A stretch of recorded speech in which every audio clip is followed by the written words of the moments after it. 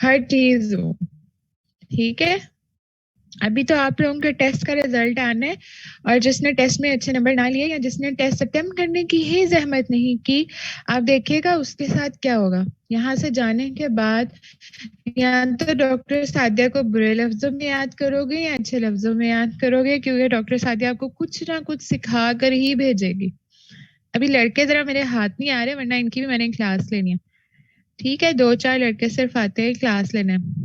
ठीक है बच्चों, किसी को कोई मसला, कोई गिला, कोई परेशानी, हमारे पास 2 से 3 मिनट हैं गिले शिकवे दूर करने के लिए। मैंने आपके मैसेजेस पढ़े रात को, मैं ड्यूटी पर थी, तो मैंने कहा बच्चे हैं, चलो अपने गिले शिकवे एक दफा अपने को बाहर निकाल लें, सुबह हम इंशाल्लाह इनसे डिस्कस कर लेंगे।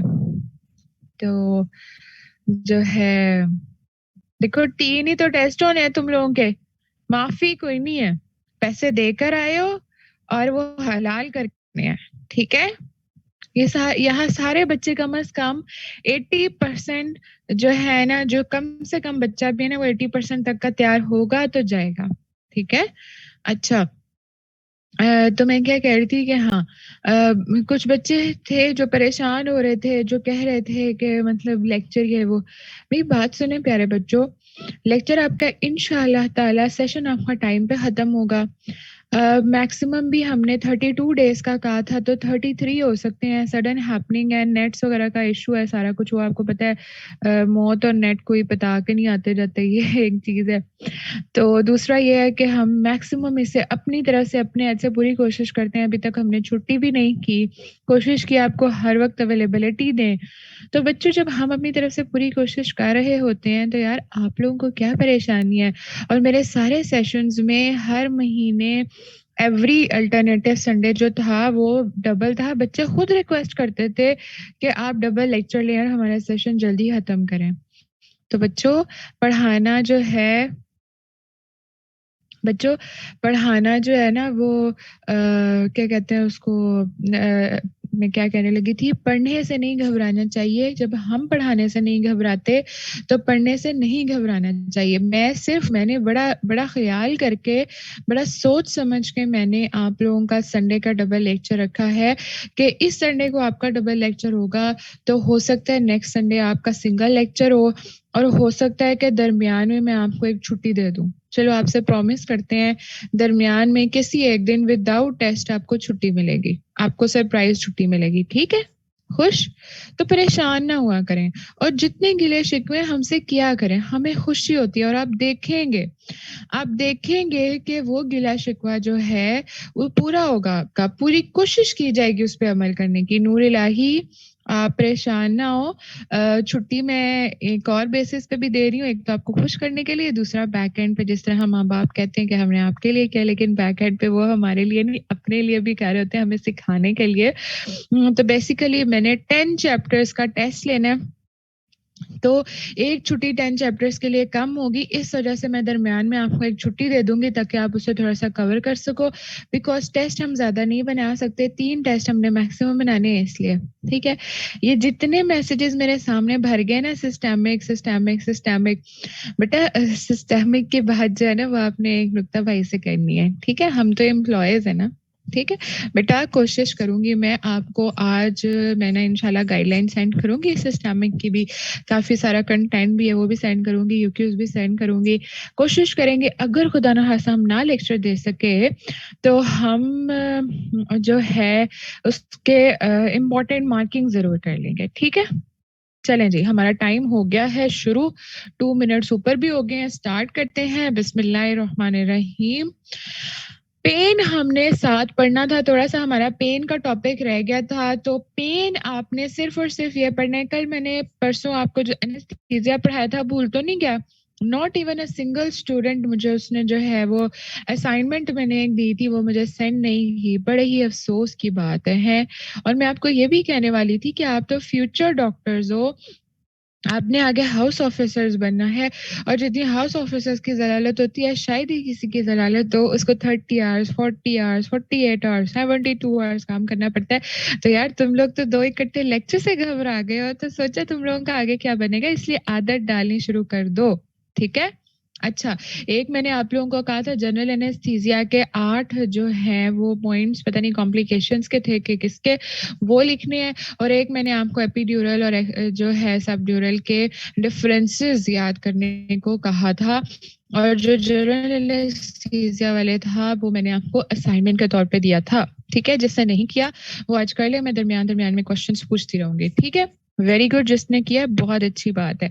अच्छा, बच्चों पेन में आपने सिर्फ ये करना है बेटा कि पेन बेसिकली क्या चीज़ है, उस दिन भी हमने स्टडी किया था, डिस्कस किया था कि ए फाइबर्स और सी फाइबर्स जो हैं, वो क्या कर रहे होते हैं, पेन को सप्रेस कर रहे होते हैं। पेन के साथ एक और चीज़ को भी सप्रेस कर रहे होते हैं, उस दिन मैंने बताया भी था टेम्परेचर को, ठीक है?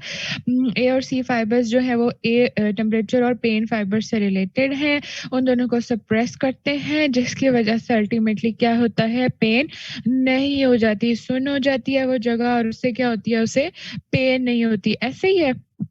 अच्छा बेटा मुझे ये बताएं कि क्या कहते हैं उसको आप, कौन सा पेज बेटा? अब पेज को छोड़ दो, अभी सिर्फ जो है ना वो कर लो, मार्किंग्स जो है नोट कर लो या यहाँ से देख लो, सिर्फ 2-3 चीजें आपने इसमें करनी है पेन में, ठीक है?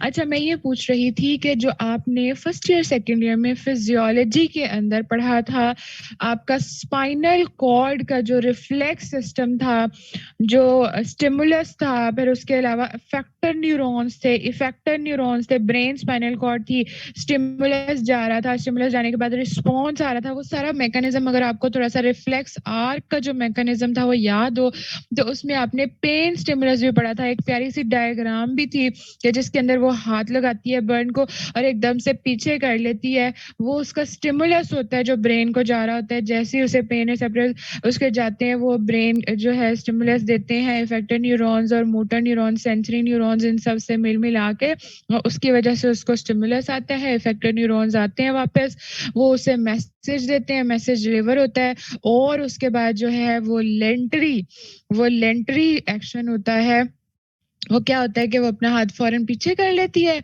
और जलने से बच जाता है। तो ये बेसिकली क्या था, ये क्या था, पेन रिसेप्टर्स जा रहे थे, ऐसा ही मैकेनिज्म था, ठीक है? तो इस वक्त हमने सिर्फ ये चीज याद रखनी है कि पेन होती क्या है, फिर उसने 2 तरह की पेन्स दी हुई है, ये सिर्फ आप एमसीक्यूज के लिए याद कर लें कौन कौन सी टाइप्स की होती हैं, फाइबर्स इसमें कौन से यूज होते हैं, ए फाइबर और सी फाइबर जिनको हम सप्रेस कर रहे होते हैं। अच्छा, अब ये जो 2 आपकी है ना टर्म्स, ये याद रखनी है, एक को कहते हैं एलोडाइनिया और एक को कहते हैं हाइपर एल्जीसिया। अब एलोडाइनिया को छोड़ें, हाइपर एल्जीसिया आसान है, पहले ये कर लेते हैं, मुझे बताएं हाइपर एल्जीसिया क्या होता है, हाइपर का क्या मतलब है और एल्जीसिया का क्या मतलब है प्यारे बच्चों? हाइपर का क्या मतलब है, ओवर इंक्रीज्ड, वेरी गुड, और एल्जीसिया का क्या मतलब है, पेन, वेरी गुड।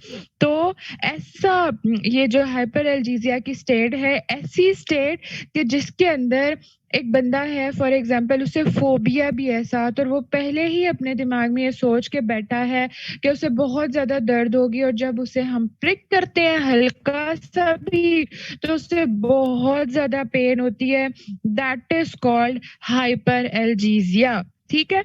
अच्छा, इसके अंदर जो है वो ब्रेन के भी जो फाइबर्स हैं वो भी इन्वॉल्व होते हैं, जिससे आप एक कहते हो डर भी इन्वॉल्व होता है, ठीक है, स्ट्रेस भी इन्वॉल्व होती है। और जो एलोडाइनिया है वो ये है कि pain induced by previously non painful stimulus, ठीक है? ऐसी पेन इंड्यूस जो पहले नॉन पेनफुल स्टिमुलस से इंट्रोड्यूस करवाई जाए, यानी अचानक से उसे पेन स्टार्ट हुई है, पहले कोई ऐसा स्टिमुलस नहीं दिया गया उसे हम क्या कहते हैं, एलोडाइनिया, ठीक है?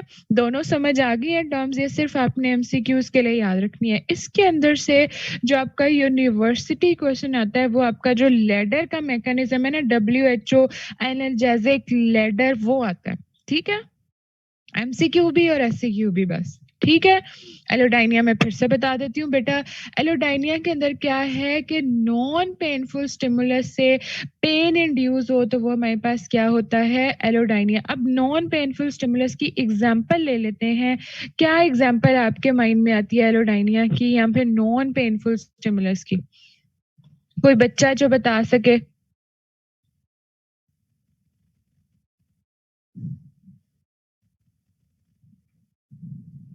टच से पेन हो, बिल्कुल बहुत ज़्यादा ज़ोर से दबा दिया है, वेरी गुड। और उसके अलावा लड़ाई हो गई है, ठीक है? और उसके अलावा बाल कंघी करते-करते बाल ज़्यादा ज़ोर से कंघी हो जाएँ तो उससे भी आपको दर्द होती है। नॉन पेनफुल स्टिमुलस दिया था, उसके इफ़ेक्ट के अंदर जो है रिज़ल्ट के अंदर क्या आया? पेन हुई, ठीक है? स्वेयर पेन हुई। इस तरह का मैकेनिज़्म मैं आपको बताना चाह रही हूँ, ठीक है?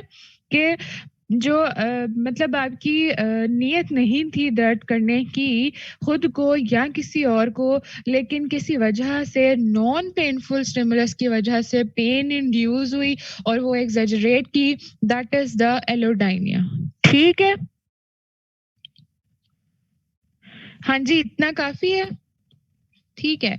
अगर हम इसकी ज़्यादा डिटेल में जाएँ ना, तो एलोडाइनिया बेसिकली जो है ना, वो जो उसका लफ़्ज़ी मायने है ना, वो ये है कि मतलब छुपी हुई या ख़फ़ी, ठीक है? इसका मतलब ये है कि मतलब अनसर्टेनली जो है ना, या इनवॉलंटरी रिस्पॉन्स है, नॉन इंटेंशनली जो है ना पेन जो होती है induce without giving the painful stimulus, उसे कहते हैं एलोडाइनिया, ठीक है? इसमें मैंने आपको 2 एग्ज़ाम्पल्स दिए हैं, कोम्ब करने की दी है, एक टच की दी है, ठीक है? फाइट की भी दी है। अच्छा, फाइट में तो वैसे तुम लोग जानबूझ के एक-दूसरे को पेन देते हो ना? बिल्कुल, बिल्कुल सही कह रही हैं लीना आप, ठीक है? अच्छा, अब हमारे पास क्या है, how post operative pain does arise? तो ये क्वेश्चन आपका सिर्फ वाइवा के लिए इम्पोर्टेंट है कि क्यों अराइज़ होती है। इसमें आपने ये जो 4 फिजियोलॉजिकल मैकेनिज़म्स है ना, ये आपने सिर्फ याद करने हैं नेम्स, डिटेल नहीं करनी, टाइम भी वेस्ट नहीं करना, मेरे पास टाइम भी नहीं है। ट्रांसडक्शन, ट्रांसमिशन, मॉड्यूलेशन और परसेप्शन, ठीक है? अब ट्रांसडक्शन बेसिकली क्या चीज़ है कि जब ट्रांसडक्शन बेसिकली क्या चीज़ है कि जब हम कोई स्टिमुलस दे रहे होते हैं, ड्रग की फ़ॉर्म में या इंजेक्शंस की फ़ॉर्म में, तो उसकी वजह से क्या होता है, ट्रांसडक्शन मैकेनिज़्म स्टार्ट होता है। ट्रांसडक्शन का क्या मतलब है? यहाँ पे इसने लिखा नहीं हुआ वैसे इतना क्लियर। चलो ठीक है, हम आगे देख लेते हैं। अच्छा, ट्रांसडक्शन का क्या मैकेनिज़्म है? ट्रांसड्यूस करना, ठीक है? ट्रांसड्यूस करना फाइबर्स को, जो पेन को सप्रेस करें, उसका मैकेनिज़्म मैंने आपको उस दिन बता दिया था। कोई ऐसा बच्चा है जिसे भूल गया हो, जो न्यूरोट्रांसमीटर्स, गाबा रिसेप्टर्स, एनएमडीए रिसेप्टर्स के ऊपर एक्ट कर रहे थे, पेन सप्रेस कर रही थी, एक्साइटेशन की जगह इन्हिबिशन हो रही थी, राइट? वो हमारे पास क्या फेज़ होगा? ट्रांसडक्शन फेज़ होगा। ट्रांसमिशन फेज़ क्या होगा कि वो फाइबर्स जो हैं वो कन्वे करेंगे स्पाइनल कॉर्ड को मैसेज, और उस मैसेज को रिस्पॉन्स में क्या आएगा, उस मैसेज के रिस्पॉन्स में हायर सेंटर्स पे मैसेज आएगा, और उसके रिस्पॉन्स में क्या आएगा, पेन सप्रेस हो जाएगी, एक्साइटेशन की जगह इनहिबिशन फेज आ जाएगा। ऐसे ही है, ठीक है। ये देखो, ये इसकी छोटी-सी समरी भी लिखी हुई है कि इलेक्ट्रिकल सिग्नल्स जो हैं वो नर्व फाइबर ए और सी फाइबर से स्पाइनल कॉर्ड में जाते हैं।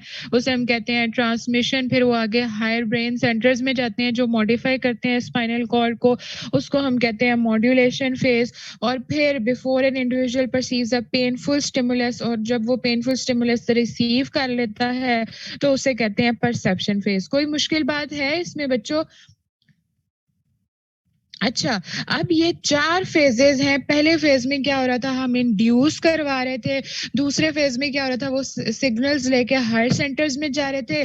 जब हायर सेंटर्स ने इन्हें परसीव किया, उनका जो है परसेप्शन का जो फ़ेज़ था, जो उन्होंने हायर सेंटर्स में जाके सारा काम किया, सिग्नल्स वग़ैरह दिए, और वो सिग्नल्स वग़ैरह जो हैं वो अपना रिस्पॉन्स बना रहे थे, उसे हमने कहा मॉड्यूलेशन।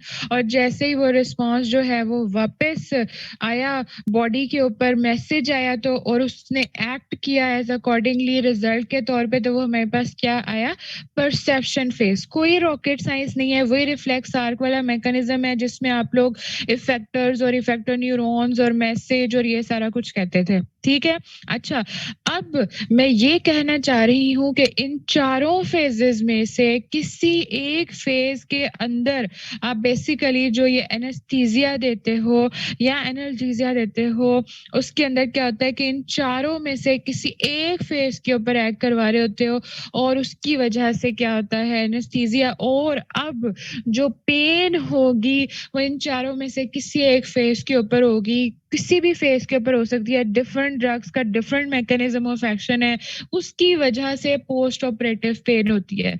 कहने का सिर्फ इतना मकसद था, ठीक है। यहाँ पे उसने वैसे लिखा हुआ है कि ट्रांसडक्शन फेज में कौन से सब्सटेंसेस एक्ट करते हैं, ठीक है, ट्रांसमिशन फेज में कौन से करते हैं, मॉड्यूलेशन और परसेप्शन में कौन से एक्ट करते हैं। ये जस्ट आपने रीड करना है, इसका कोई यूनिवर्सिटी क्वेश्चन नहीं है, इसलिए इसको सिर्फ एक दफा रीड कर लें एमसीक्यूज के लिए, हम इस पर टाइम नहीं वेस्ट करते, ठीक है। और फिर किस किस चीजों से जो है वो हम एक्यूट पेन को रिलीव कर सकते हैं। सबसे पहले दर्द होती है, घर में ही बैठे तुम लोग डॉक्टर के पास नहीं जाते, 1500 रुपया खर्च नहीं करते, क्या करते हो, एक पैनाडोल ले लेते हो या 2 पैनाडोल ले लेते हो, उससे फर्क नहीं पड़ता तो फिर तुम लोग एनएसएड्स लेने शुरू कर देते हो, एनएसएड से फर्क नहीं पड़ता तो फिर हम हाई डोज ट्रेमाडोल, मैक्सिलोन, फिर उसके अलावा डोर्मिकम, फिर उसके अलावा जो है टोराडोल, ये सारे देते हैं, राइट।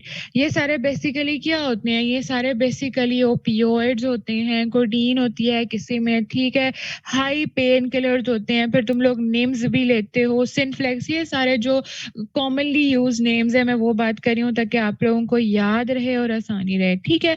तो ये बेसिकली क्या होते हैं, एक्यूट पेन को आफ्टर पोस्ट ऑपरेटिव पेन होती है उसको रिलीव करते हैं। ज्यादातर जो सर्जिकल सेंटर्स में पेन रिलीफ जो है यूज करते हैं वो करते हैं टोराडोल, जिससे पेशेंट को फौरी आराम आ जाता है, ठीक है। अच्छा, अब उसके बाद हमारे पास ये जो आपका यूनिवर्सिटी क्वेश्चन है जिसको आपने फोकस करना है वो ये है, world health organization analgesic ladder. World health organization analgesic ladder क्या है? आसान सा सिंपल सा मतलब ये है कि कैसे स्टार्ट करेंगे, स्टेप बाय स्टेप।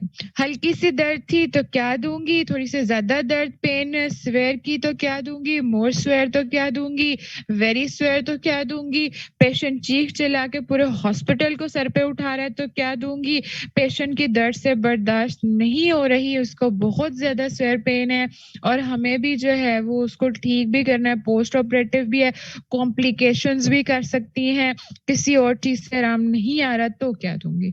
ये स्टेप बाय स्टेप जो है ना वो सिर्फ ये मैकेनिज्म है अकॉर्डिंग टू द सेवेरिटी, ठीक है। अच्छा, देख लें इसको, ये जो टेबल है ना सिर्फ इसे याद कर लो, आपका सारा क्वेश्चन हो जाएगा, ठीक है।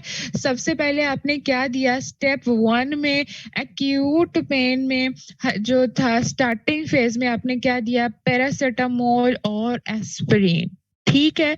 अच्छा, नेक्स्ट फेज में आप फिर क्या दे सकते हो, पैरासीटामोल के साथ एनएसएड्स ऐड करोगे और साथ क्या दोगे, कोडीन, ठीक है।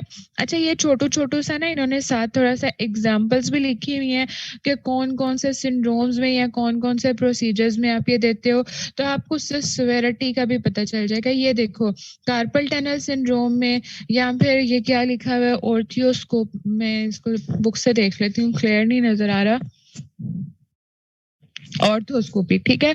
ऑर्थोस्कोपी में क्या देख सकते हैं, फिर उसके बाद गायनोकोलॉजिकल प्रोसीजर, लैप्रोस्कोपिक या हर्नियल रिपेयर, ये मेजर प्रोसीजर्स हैं, उससे क्या, उसमें क्या देना है, फिर उसके अलावा अपेंडेक्टमी और हिस्टेरेक्टमी के प्रोसीजर्स में क्या देना है, फिर लेप्रोटमी और लिम्फ फ्रैक्चर के प्रोसीजर्स में क्या देना है, ठीक है। ये उसने एग्जांपल्स दी हुई हैं, ये सारे प्रोसीजर्स देखा जाए तो ये सारे प्रोसीजर्स जो हैं वो मेजर प्रोसीजर्स हैं, जीए में होने वाले प्रोसीजर्स हैं, एक्सेप्ट दिस प्रोसीजर, ठीक है।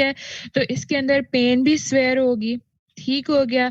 अच्छा, अब इसके अलावा मुझे ये बताएं कि इसके अंदर कुछ मसल्स इन्वॉल्व होते हैं, उसकी लेयर्स इन्वॉल्व होती हैं, डिपेंडिंग अपॉन आप जितना डीप जाते हो और जितना जल्दी पेशेंट को एनेस्थीसिया से वापस लेकर आते हो उतनी ज्यादा पेशेंट को पेन होती है। यही वजह है कि हम हाई डोज जो टोराडोल पेन किलर है सर्जिकल प्रोसीजर्स के बाद पोस्ट वो यूज करते हैं, ठीक है। अच्छा, अब हम बात कर रहे थे कि हमने पैरासीटामोल, एनएसएड्स और कोडीन दी। अब अगर कोडीन से भी उसे फर्क नहीं पड़ा तो फिर हम नेक्स्ट लेवल पे क्या करेंगे, आईएम मॉर्फिन। उसकी मैं वजह आपको यूसुफ अभी बताती हूँ। फिर उसके बाद नेक्स्ट एंड के लेवल पे क्या है, पैरासीटामोल, एनएसएड्स और साथ अगर आईवी मॉर्फिन से फर्क नहीं पड़ा तो साथ हम क्या कर सकते हैं, रीजनल ब्लॉक, ठीक है।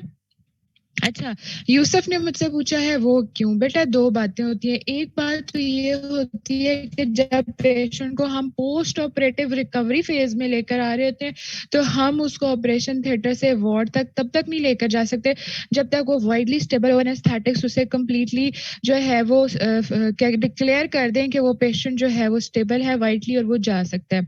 एक वजह उसकी ये होती है कि वो पेशेंट रास्ते में कोलैप्स कर सकता है, दूसरी वजह ये होती है कि वहाँ पे आपके पास इमरजेंसी आईसीयू में हर चीज़ मौजूद होती है। दूसरी बात ये कि हमने उसे पेन किलर इसलिए देना होता है ताकि हम डिस्टिंग्विश कर सकें कॉम्प्लिकेशंस को और वाइटल्स को between the pain and the actual जो मसला है उसका। मसला ये है कि उसको साँस ठीक आ रहा है या नहीं आ रहा है। अगर हम पेन को कंट्रोल नहीं कर पाएँगे तो हम उसकी क्योंकि पेन अगर उसकी कंट्रोल नहीं होगी, उसकी पल्स रेट ज़्यादा होगा।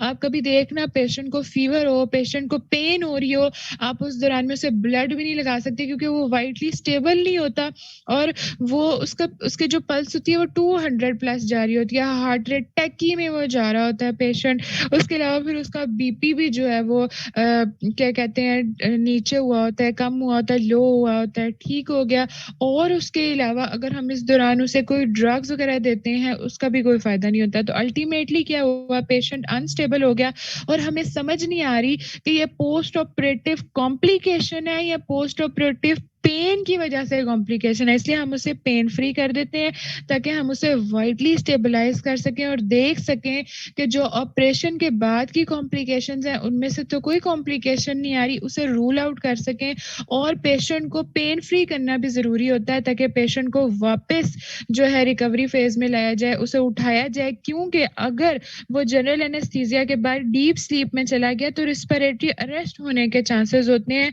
जो कि वर्सन कर जाते हैं और फिर पेशेंट वापस उठता ही नहीं है। ठीक है, ये आपके सवाल का जवाब है। समझ आ गई है थोड़ी-सी? ठीक हो गया। तो फर्स्ट स्टेप यही होता है पोस्ट ऑपरेटिव में पेन फ्री करना पेशेंट को जब रिकवरी फ़ेज़ में जा रहे होते हैं। ठीक है?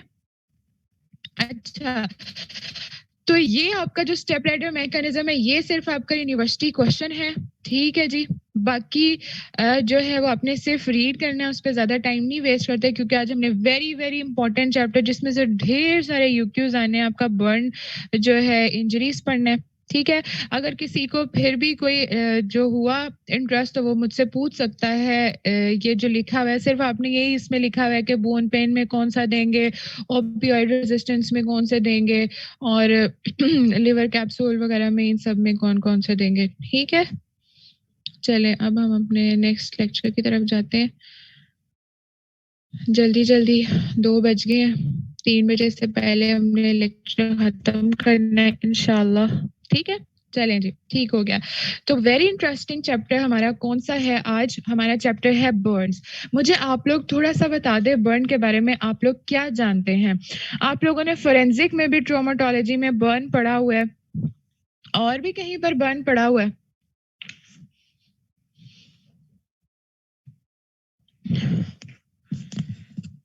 ये वाहिद ऐसा चैप्टर है जो आप लोग मुझे करवा सकते हो, मैं आप लोगों को नहीं करवा सकती। मेरे से अच्छा आप लोग मुझे करवा सकते हो, राइट? उसकी वजह ये है कि आप लोगों ने ये चैप्टर ना सिर्फ पढ़ा हुआ है बल्कि इसे एक्सपीरियंस भी किया हुआ है। हर किसी ने अपनी ज़िंदगी में कई बार, चाहे खुद के साथ, चाहे किसी और के साथ घर में, ऐसा ही है। वेरी गुड, शाबाश। सबसे पहले अब आपने मुझे बर्न इंजरी की डेफिनेशन बतानी है जिसके अंदर क्या आएगा? बर्न इंजरी बेसिकली क्या है? वेरी गुड आईफ़ोन अपना नाम यूज़ करें यार, मुझे मुखातिब करने के लिए आईफ़ोन कहना अच्छा नहीं लगता, ठीक है? तो सबसे पहले क्या होगा बर्न इंजरी में? बेसिकली ये क्या है? टिश्यू इंजरी है, ठीक है? Very good. टिश्यू इंजरी है जिसे हम कहते हैं नेक्रोसिस हो जाती है जिसके अंदर क्यों होती है? पेनफुल स्टिमुलस की वजह से उसमें थर्मल स्टिमुलस भी आ जाता है, थर्मल बर्न भी आ जाते हैं, केमिकल बर्न्स भी आ जाते हैं, एसिड एल्कली बर्न्स भी आ जाते हैं और एक और बर्न्स हैं जो आ जाते हैं जो मैं नहीं बोल रही, जो मैं मिस कर रही हूँ। शाबाश, मुझे कोई इंटेलिजेंट बच्चा बताए। तारों की वजह से होता है वो बर्न, बिजली की वजह से होता है वो बर्न। क्या नाम है उसका? इलेक्ट्रोक्यूशन, ठीक है? Electric burns, electrocution, electric shocks, फिर सिलेंडर बर्न्स भी होते हैं, ठीक है ना? ये सारे बर्न्स। तो ये सारों में बेसिकली क्या होता है, स्किन के अंदर, स्किन का बेसिकली जो है ना वो डैमेज होता है इसके अंदर, उसको हम कहते हैं बर्न। और उसके अंदर क्या डैमेज होता है, टिश्यू डैमेज होता है। ठीक है, थोड़ी सी डेफिनेशन समझ आ गई है, मुझे पता है बाकी काफी मेरे प्यारे डिस्टिंक्शन होल्डर्स को ऑलरेडी पता था, लेकिन पिछले नॉलेज को रिवाइज करके अगले नॉलेज को पढ़ना एक ऐसी चीज है जिससे आप पिछला भी नहीं भूलते और अगला भी नहीं भूलते। अगर मैं आपको सिर्फ अगला ये बता दूं कि चलो जी first degree, second degree, third degree आप लोगों को आता है और इसकी मैनेजमेंट करें, आधे बच्चे तो 20 मिनट्स वहीं पे स्टक हो जाएंगे कि पीछे वो था क्या। ठीक है, तो इस वजह से मैं साथ साथ करती हूँ। बर्ड्स में कोलॉइड्स नहीं देंगे, क्रिस्टलॉइड्स देते हैं। अलीना बिल्कुल ठीक कह रही हैं आप, लेकिन आप बहुत फास्ट चली गई हैं। ठीक है, अच्छा ये हो गई बात। अब इसके बाद हमारे पास नेक्स्ट लेवल क्या है, आपने इसकी क्लासिफिकेशन भी पढ़ी है, मैंने जल्दी से इसकी क्लासिफिकेशन से गुजरना है। आप लोगों ने फोरेंसिक में इसकी काफी सारी क्लासिफिकेशंस पढ़ी हैं डिफरेंट, लेकिन मुझे सिंपल सी बता दें, क्लासिफिकेशन दो तरह की होंगी, एक होगा फर्स्ट डिग्री, सेकंड डिग्री और थर्ड डिग्री। एक मेरे पास होगी सुपरफिशियल पार्शियल थिकनेस और डीप पार्शियल थिकनेस, और उसके अलावा फुल थिकनेस बर्ड। सुपरफिशियल और डीप तो बहुत आसान है जी, कि जो सुपरफिशियल है और डीप वाला डीप है, और फुल थिकनेस और पार्शियल थिकनेस भी बहुत आसान है, कि पार्शियली डैमेज और फुल डैमेज। मेरा सवाल ये है कि जो सुपरफिशियल डैमेज, पार्शियल डैमेज ये सब बोल रहे हो, ये किस तरह तुम लोग आइडेंटिफाई करोगे, how you guys will differentiate. Very good बेटा, सहर हौसला रखें, स्केल्ड का मैं आपको बता देती हूँ। सुपरफिशियल और इनको आप किस तरह से डिफरेंशिएट करोगे, शाबाश। स्किन लेयर से, वेरी गुड शाबाश। तो आप लोगों को पता है स्किन की कितनी लेयर्स होती हैं, कौन कौन सी लेयर्स बर्ड में इन्वॉल्व होंगी। एपिडर्मिस इन्वॉल्व होगा, डर्मिस इन्वॉल्व होगा, और साथ में हाइपोडर्मिस इन्वॉल्व होगा, ऐसे ही है। अच्छा, फर्स्ट डिग्री बर्ड में क्या होता है, सिर्फ और सिर्फ एपिडर्मिस इन्वॉल्व होती है। सेकंड डिग्री में डर्मिस भी इन्वॉल्व होगी, और थर्ड डिग्री में फुल थिकनेस या फिर कह लो कि डीप बर्न होगा, जिसके अंदर हाइपोडर्मिस की लेयर भी इन्वॉल्व होगी। अगर हम इसे थोड़ी सी और डिटेल में जो लेयर्स हैं उसमें जाएं, तो इसमें एक रेटिकुलर लेयर आती है और एक पेपिलरी लेयर आती है। ठीक है, अच्छा अगर पेपिलरी लेयर जो है वो इन्वॉल्व होगी, सिर्फ पेपिलरी लेयर तक इन्वॉल्व होगा, तो वो आपके पास क्या होगा, पार्शियल सुपरफिशियल पार्शियल थिकनेस। और अगर नीचे उसकी आती है रेटिकुलर लेयर, अगर वो भी इन्वॉल्व हो जाएगी, तो फिर आपके पास आएगा डीप पार्शियल थिकनेस। ठीक है, और जिस तरह ये है, अगर ये पूरा इन्वॉल्व होगा तो इसका मतलब है फुल थिकनेस बर्न, जिसे हम थर्ड डिग्री बर्न भी कहते हैं। ठीक है, जिससे मेरी बातें समझ आ गई है वो मेरे एक बात का जवाब दे, शाबाश। ये वाला कौन सा बर्न है, ये डीप बर्न है, सुपरफिशियल बर्न है, फुल थिकनेस बर्न है? मेरे ख्याल में ये थर्ड डिग्री बर्न है। आप लोग क्या कहते हैं? मेरे ख्याल में ये थर्ड डिग्री बर्न है। अच्छा ठीक है, आप सब लोगों ने कहा सुपरफिशियल फर्स्ट डिग्री। अब मुझे जस्टिफाई करके बताएंगे सुपरफिशियल फर्स्ट डिग्री बर्न क्यों है और कैसे है। वेरी गुड शाबाश। देखिए, सिर्फ सुपरफिशियल लेयर इन्वॉल्व है, ब्लिस्टर्स उसमें है, वेरी गुड। पेपलरी लेयर है, कोई ब्लैंचिंग इन्वॉल्व नहीं है। ठीक है, अगर मैं इसे प्रिक करके इसे निकालूंगी या ऊपर से एक्सरसाइज भी करूंगी, तो नीचे से मुझे प्यारी सी पिंकिश कलर की जो लेयर है वो नजर आएगी। वो मॉइस्ट होगी, सॉफ्ट होगी और रिएक्टिव टू पेन होगी, टच होगी, पेशेंट की सी निकल जाएगी।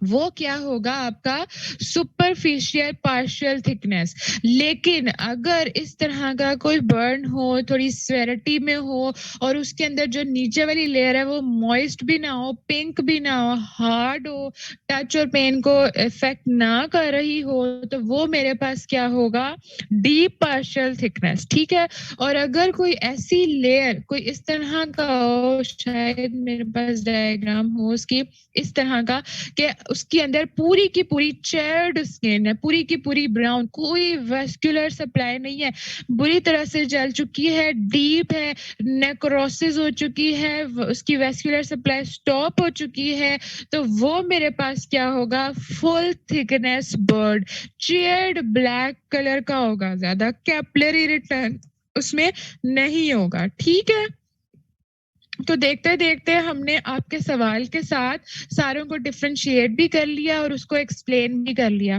ठीक है, कोई ऐसा बच्चा जिसे नहीं समझ आई तो मैंने ढेर सारी डायग्राम्स ऐड किए हैं, वो समझ सकता है। ठीक है, हाँ जी, ये ऑलरेडी आप लोगों ने पढ़ा हुआ है बहुत दफा फोरेंसिक में, फिजियो में, तो हम इसे ज्यादा डिटेल में इसलिए नहीं जा रहे। ठीक है, ये देखो, ये और भी एक काफी सारी मैंने इंटरेस्टिंग डायग्राम्स ऐड किए हैं ताकि आप लोगों को पता चल जाए। ठीक है, अच्छा, अब नेक्स्ट हमारे पास आ जाओ कि एक पेशेंट, अब पूरी स्टोरी सुनो। एक पेशेंट हमारे पास आया, अब इसको आपने मुझे करवाना है, मैंने आपको नहीं करवाना। एक पेशेंट हमारे पास आया है आरटीए के साथ, नहीं आरटीए के साथ रहने दो, एक पेशेंट हमारे पास आया है ब्लास्ट के साथ, बर्न इंजरी के साथ, ठीक है, और बहुत ज्यादा जो है ना स्वेयर बर्न इंजरी है।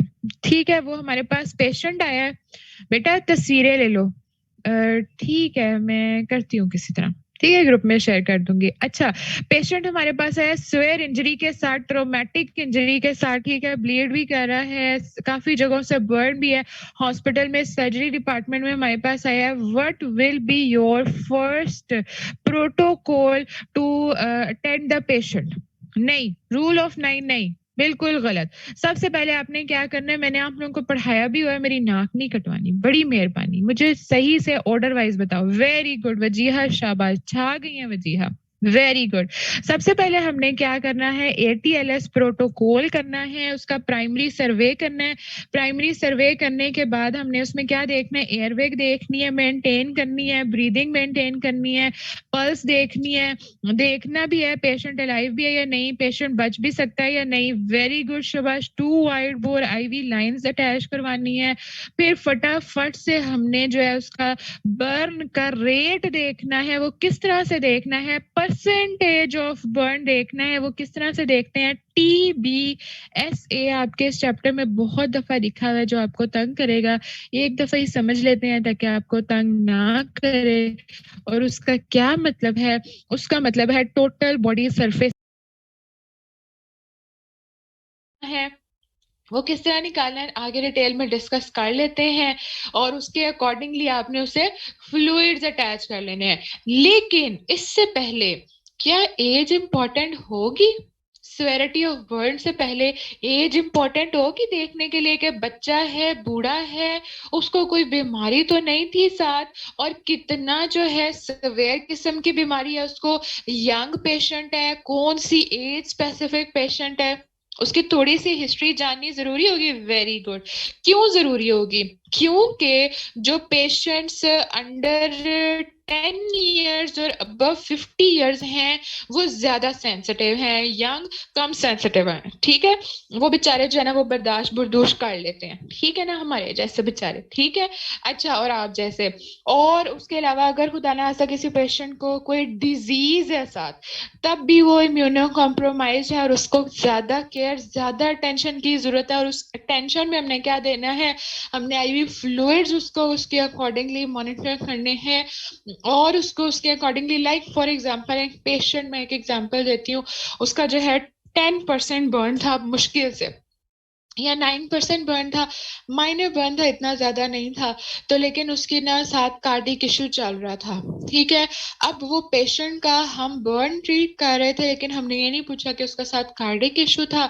उसकी डेथ जो है वो कार्डिक अरेस्ट की वजह से होगी, कार्डियोपल्मोनरी अरेस्ट की वजह से होगी, क्योंकि जब उसका कार्डिक इशू चल रहा था ऑलरेडी, तो बर्न की वजह से एग्जैजरेट की वो कंडीशन, और उसको अटैक्स हुए, और उस अटैक की वजह से हमें हिस्ट्री में नहीं पता था, निग्लेक्ट हो गया, हम बर्न को मैनेज करते रहे, और वहां पे उसके दिल की धड़कन स्टॉप। ठीक है। तो ये छोटी छोटी चीजें होती हैं जो आपने हिस्ट्री में पूछनी होती हैं, प्रोटोकॉल में पूछनी होती हैं। अब हमने प्राइमरी सर्वे कर लिया। अब प्राइमरी सर्वे करने के बाद प्री हॉस्पिटल केयर हमने नहीं की। प्री हॉस्पिटल केयर, हॉस्पिटल अगर ले जाने से पहले किसी रोड वगैरह पे बीइंग अ डॉक्टर आपने किसी पेशेंट को देख लिया है, तो आप क्या करोगे? सबसे पहले क्या करोगे प्राइमरी सर्वे से पहले भी? क्या करोगे? अगर एक पेशेंट बर्न का है, नजर आ रहा है आपके पास या आपने उसे रिसीव किया, तो क्या करोगे? सबसे पहले आप उसको करोगे away from the cause. Very good, शाबाश, अवे फ्रॉम द कॉज। सबसे पहले उसको अगर बर्न है, कपड़े वगैरह उसके रिमूव कर दोगे या कोई ऐसा स्टिमुलस उसको स्टॉप करोगे, उसको उस कॉज से दूर लेकर जाओगे। फिर अगर उसके कपड़ों पे आग लगी हुई है तो उसे रोल करके बुझा सकते हो, ठीक है। और उसके बाद फिर क्या करना है, कोई और इंजरीज हैं उसको देखने, उसको चेक करने, ठीक है। फिर उसके बाद आपने अपने एटीएलएस प्रोटोकॉल शुरू करना है। अगर पेशेंट बर्नड है तो कोशिश करनी है उसे कूल करने की, इससे उसकी पेन कम होगी जब तक वो हॉस्पिटल नहीं आ जाता, ठीक है। ऑक्सीजन दे सको तो उस वक्त सीपीआर या ऑक्सीजन एम्बुलेंस रेस्क्यू वगैरह में वो दे सकते हो। और उसके बाद पेशेंट के जो लिम्स हैं अगर वो बर्न हुए हैं तो उसे एलिवेट करना है, कैपिलरी प्रेशर को भी मेंटेन करने के लिए, और साथ एडीमा को प्रिवेंट करने के लिए, स्वेलिंग को प्रिवेंट करने के लिए, ठीक है। ये हमारे पास सारी की सारी हो गई प्री हॉस्पिटल और प्रोटोकॉल्स और प्राइमरी सर्वे। इतनी बात समझ आ गई है? ठीक है। अच्छा, अब उसके बाद हमारे पास क्या है कि बर्न पेशेंट्स को असेस किस तरह से करेंगे।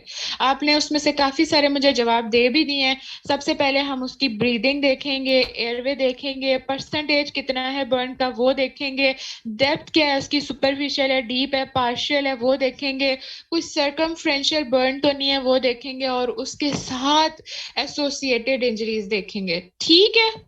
इतनी बात समझ आ गई है? चले, अब बहुत बेसब्री से तुम लोग इंतजार कर रहे हो कि जो स्लाइड है वो एक ही रुकी हुई है, ऊपर पीछे मूव नहीं कर रही, तो चलो उसको मूव कर लेते हैं। आ जाते हैं अपने इस रूल ऑफ नाइन के ऊपर। कोई ऐसा बच्चा जो बोर हो रहा है लेक्चर के अंदर? इंटरेस्टिंग है या बोरिंग है? मेरे लिए बोरिंग हो सकता है क्योंकि मैं बोल बोल के थक जाती हूँ। इंटरेस्टिंग है ना? थोड़ा सा आप लोगों ने पुराना भी पढ़ा होता है, थोड़ा सा नया भी। फाइनल ईयर के सब्जेक्ट्स थोड़े से इंटरेस्टिंग ही होते हैं, ठीक है, खास तौर पे सर्जरी। अच्छा, अब मुझे बताएं कि आपने उसको असेस करना है बर्न को, तो किस तरह से असेस कर सकते हैं? अगर आप लोग जो है स्मॉल कुछ पैची एरियाज हैं उसको आप असेस नहीं कर पा रहे, कुछ इधर हैं, कुछ इधर हैं, कुछ इधर हैं, कुछ इधर हैं, कुछ इधर हैं, पूरा का पूरा एरिया स्पेसिफिक इन्वॉल्व नहीं है, ठीक है, तो आप क्या करोगे? आप एक पेपर लोगे, इस हैंड के जितना जो है उसका पेपर लोगे और उसको कंसिडर करोगे 1%, और उसके अकॉर्डिंगली आप जो है उसका मेजर कर लोगे परसेंटेज ऑफ बर्न एरिया, ठीक है। ये तो सिंपल सा तरीका है अगर स्मॉल पैचेस हो तो, ठीक है। अच्छा, अगर ज्यादा एरिया इन्वॉल्व हो तो फिर हम क्या करते हैं, फिर हम कौन सा यूज करते हैं? Rule of nine. ओहो, कॉमनली यूज किया जाता है रूल ऑफ नाइन बच्चों। हाँ बस ठीक है, मैं आप लोगों से पूछने लगी थी कि इसे रिकवर किस तरह से करना। अच्छा, रूल ऑफ नाइन, ठीक है। अच्छा, अब रूल ऑफ नाइन आप लोगों को ऑलरेडी आता है, मुझे पता है, फोरेंसिक में भी तुम लोगों ने पढ़ा था, यूनिवर्सिटी क्वेश्चन भी था तुम लोगों का। मुझे जल्दी से रिवाइज करवा दो, रूल ऑफ नाइन क्या था? Front of chest trunk 18%, back of chest trunk 18%, सामने वाले लिम्ब का 9%, ठीक है, पीछे वाले का 9%, ऐसे ही है। सामने हेड और इसका नेक का 9%, लोअर लिम्ब एक्सट्रीमिटीज का 9 फ्रंट, 9 बैक, 9 फ्रंट, 9 बैक, और जेनिटेलियास का 1%। टोटल आपने कितना करना है? 100%, ठीक है। रूल ऑफ नाइन किसने बनाया था? वेलेस ने, इसे इसलिए हम वेलेस रूल ऑफ नाइन कहते हैं इसको, ठीक हो गया। नाइन हम इसे क्यों कहते हैं?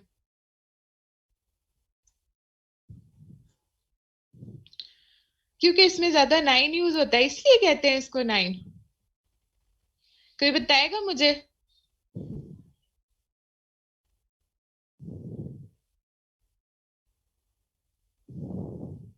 बिल्कुल 9 के मल्टीपल्स हैं इसलिए, ठीक है। अच्छा, अब हम बात कर रहे थे कि किस तरह से इसको करेंगे। तो जो एल्डरली और यूज जो यूजुअली यूज होता है वो हमारे पास रूल ऑफ 9 होता है। और भी हैं जो रूल्स हैं वो भी यूज, लेकिन ज्यादातर जो हम अपनी प्रैक्टिस में यूज करते हैं वो ये करते हैं। मोस्ट यूजफुल, मोस्ट जो क्या कहते हैं एक्यूरेट है वो ये है। उसके अंदर आपने ये याद रखना है, सारी साइड्स, ठीक है, 9% हेड का और नेक का, लिम्स का 9%, ठीक है, जेनेटेलियास का 1%, लोअर लिम्स का 9, आगे से 9, पीछे से, ट्रंक का सामने से 18, पीछे से 18, इन सबको आप कैलकुलेट करो तो आपका कितना बनता है, 100%, ठीक है। इसको मैं ज्यादा आप लोगों को नहीं याद करवाऊंगी क्योंकि मुझे पता है फाइनल ईयर के स्टूडेंट्स को ये ऑलरेडी आता है, ठीक हो गया। इसके अलावा फिर बच्चों के लिए इसमें थोड़ा सा डिफरेंट होता है, ठीक है। बच्चों के लिए जो हेड का एरिया होता है वो 18% होता है, ठीक है, और जो लोअर दोनों लिम्स का एरिया है वो 14% है। थोड़ा सा डिफरेंस है बस दोनों में, लिम्स में और हेड में, वो आपने याद कर लेना है, ठीक है।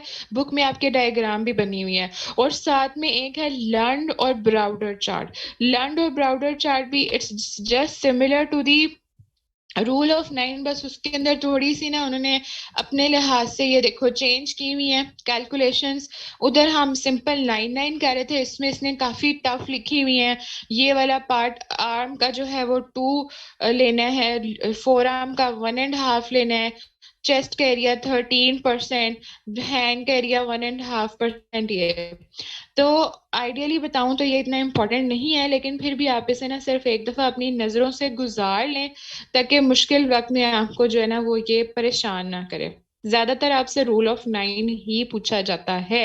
एमसीक्यू में भी आपसे रूल ऑफ 9 से ही सिनेरियोज आते हैं, ठीक है, वो मैंने आज आप लोगों को करवाने भी हैं, ठीक है। तो ये आप लोगों ने रीड करना है फॉर एमसीक्यूज के पॉइंट ऑफ व्यू से, और इसको तो आपने अजबर करना है, ठीक है बच्चों, बॉयज एंड गर्ल्स। चलो जी, ठीक है। जो वैसे जो मेरे थर्ड ईयर फोर्थ ईयर के बच्चे ना उन्हें तो मैं as पर साथ साथ करवाती भी हूँ, ठीक है। अच्छा, अब उसके बाद हमारे पास नेक्स्ट जो मेरे से बच्ची पूछ रही थी कि असेसमेंट के अंदर स्कैल्स पूछ रही थी वो मेरे से, वो क्या होते हैं? पता है किसी को स्कैल्स क्या होते हैं? छाले बन जाते हैं।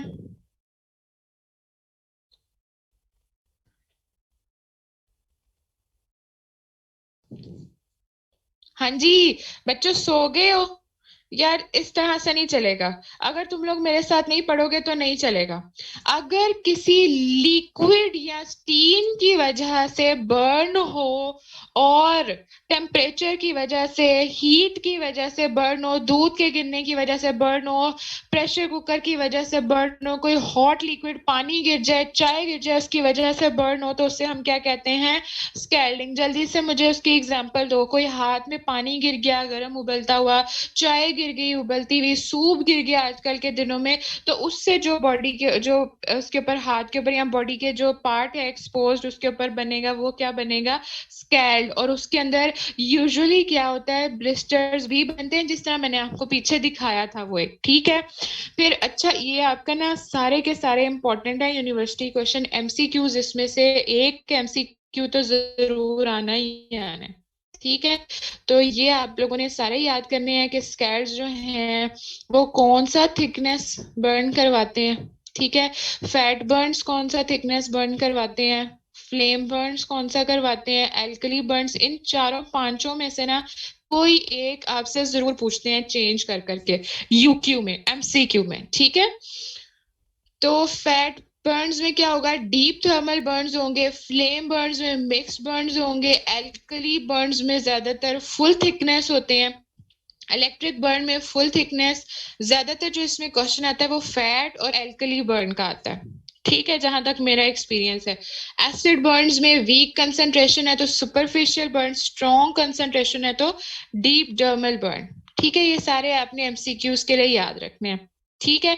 अच्छा, अब हम बात कर रहे थे रूल ऑफ 9 की। हमारी स्टोरी यहाँ तक चली थी कि पेशेंट हमारे पास आया, हमने उसकी प्री हॉस्पिटल सर्वे, प्राइमरी सर्वे कर लिया, रूल ऑफ 9 देख लिया।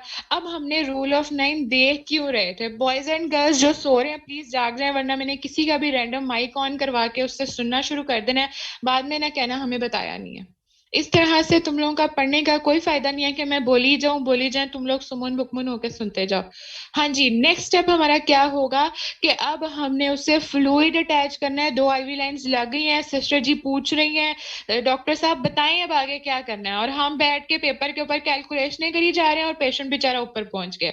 तो फिर हमने क्या करना है, जो हमने परसेंटेज बॉडी सरफेस एरिया का जो वर्न है वो निकाला है, वो हमने इसलिए निकाला है फ्लूइड अटैच करने के लिए। ठीक है, अब उसके लिए भी एक स्पेसिफिक फॉर्मूला है जिससे हम फ्लूइड रिससिटेशन की क्वांटिटी को मेजर करते हैं। उस फॉर्मूला का नाम जल्दी से बता दें जो लोग जाग रहे हैं, जो नहीं बताएंगे मैं समझूंगी वो सोए हुए हैं, और नेक्स्ट लेक्चर में वो फिर जो है ना आ ही नहीं सकेंगे। वेरी गुड, शाबाश। यूसुफ जाग रहे हैं, और कोई नहीं जाग रहा? मरियम जाग रही है। और पार्कलैंड फॉर्मूला, ठीक है। पार्कलैंड फॉर्मूला यूज होता है। पार्कलैंड फॉर्मूला क्या कहता है?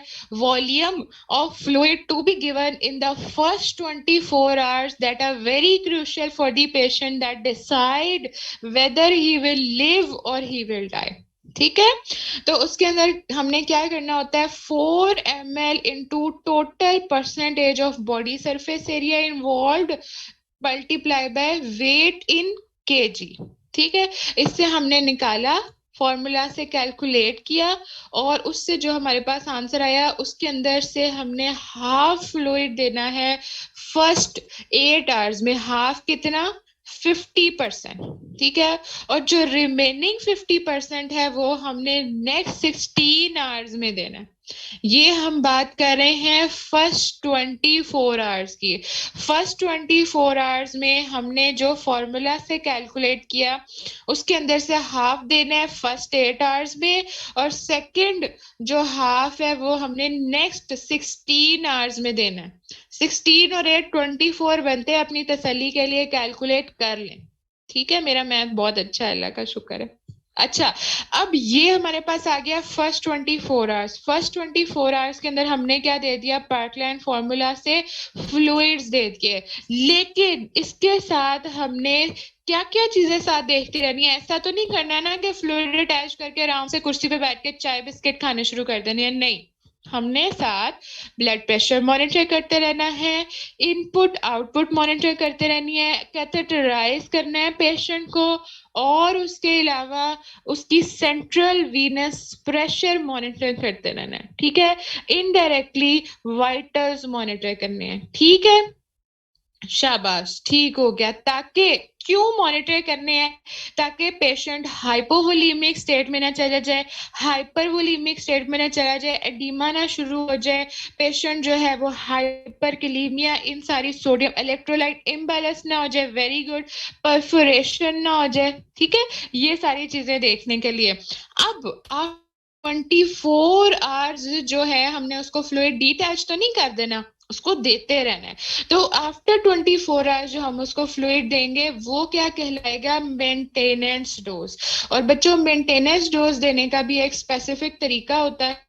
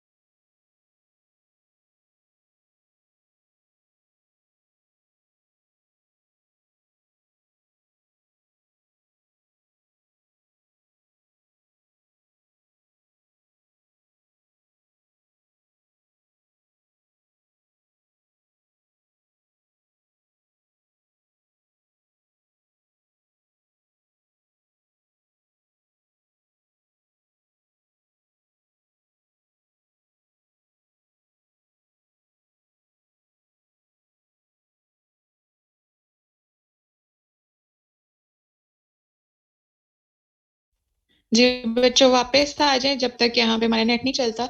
इस वक्त जो है ना जूम बहुत ज्यादा बिजी रहता है, इसलिए हाँ हाँ मैं आ गई हूँ, मैं आ गई हूँ, ठीक है। अच्छा, तो हम बात कर रहे थे मेंटेनेंस डोज की। जब तक आपकी स्क्रीन नहीं आती आप मेंटेनेंस डोज कैलकुलेट करनी सीख लें कि after 24 hours, after first 24 hours हमने मेंटेनेंस डोज कैलकुलेट करनी होती है। ऐसे फ्लूइड साथ देने होते हैं, वो किस तरह से देने हैं। 100 ml/kg फर्स्ट 10 kg के लिए देंगे, ठीक है। हमने उसका वेट इवेल्युएट किया हुआ है। फिर उसके बाद 50 ml for the second 10 kg। और फिर अगर फॉर एग्जाम्पल उसका 40 kg वेट है तो 10 और 10 20 kg के लिए हमने 150 ml दे दिया। अब जो बाकी 20 kg है उसके लिए हम 20 ml एवरी किलोग्राम के लिए देंगे। समझ आ रही है बात? मुझे कैलकुलेट करके बताएं कितना बनेगा ये। मैं इतनी देर तक आपकी स्क्रीन ले आऊं। ऐसे समझ नहीं आ रही, मैं कैलकुलेट करके भी बता देती हूँ, तब तक जरा तुम लोगों की माइंड स्टॉर्मिंग होती जाए ना, तुम लोगों का ब्रेन डम ना हो जाए, स्टॉप ना कर जाए जो इतना प्यारा चल रहा था, ठीक है ना। मैं ट्राई तो कर रही हूँ यार। हमारा जो जूम इशू होता है ना उस पे हमारा कोई इख्तियार नहीं होता, ठीक है ना।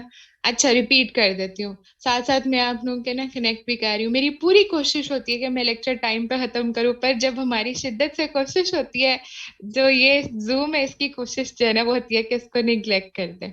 अच्छा, मैं बताई थी मेंटेनेंस डोज क्या होती है। फर्स्ट 24 आवर्स के अंदर जो हमने दिया वो पार्कलैंड फॉर्मूला से। नेक्स्ट जो हमने दिया वो दिया उस मेंटेनेंस डोज, और उसमें हमने जो केजीज थे वो कैलकुलेट किए, ठीक है। केजीज के अंदर फर्स्ट 10 kg के लिए 100 ml, बहुत आसान है। आ गई है जी स्क्रीन, 2 मिनट बस। फर्स्ट 10 kg के लिए 100 ml। नेक्स्ट आ गई है स्क्रीन, देख रहे हैं जी सारे, ठीक है। नेक्स्ट 10 kg के लिए 50, और जो रिमेनिंग जितने भी केजी वेट होगा उसके लिए मैं आपको बताती हूँ। अगर एक पेशेंट, यहाँ पे ब्लैंक पेजेस हमने रखे थे, अगर एक पेशेंट का वेट है 60 kg, ठीक है।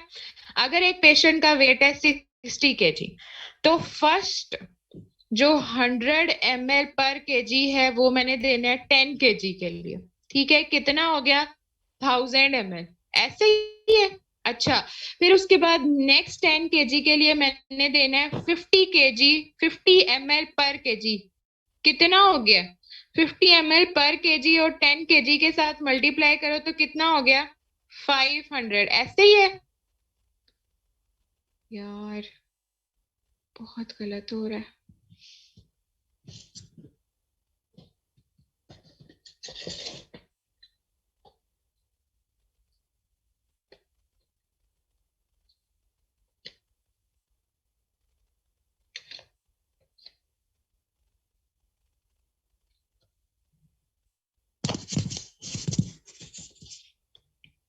फिर से चला गया नेट,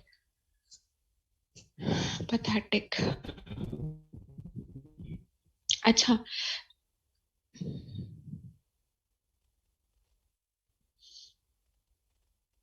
मेरे बच्चे परेशान हो रहे हैं ना, 2 मिनट रुकिए, आपकी परेशानी भी खत्म कर देते हैं।